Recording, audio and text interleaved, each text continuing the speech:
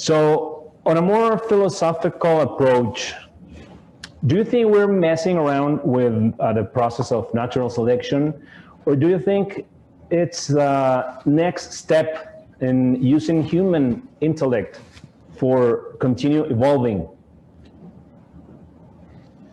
Well, I think it's a mixture of two things. Let's just say on a more optimistic side and a pessimistic side.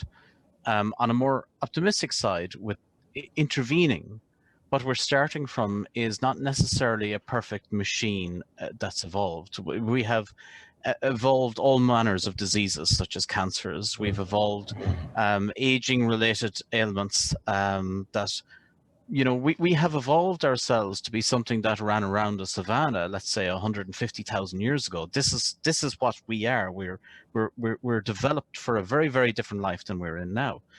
And as we see in other cases, such as society as developed now, but particularly in a future society with robotics, with space travel and so on, this entity, this evolved entity becomes increasingly irrelevant perhaps. And you know, it is something that could be adapted.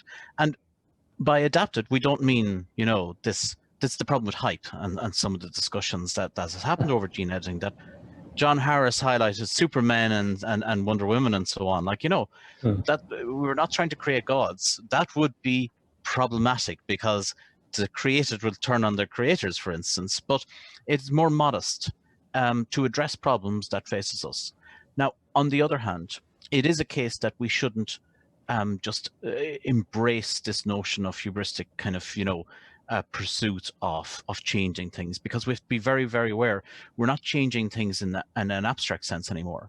We're, as we saw with the Chinese case, this will affect people, and this will be a problem that if there is something that is done and it goes wrong for somebody. And we have to be very, very careful, both in an individual and a collective sense about that. Thank you very much, Oliver.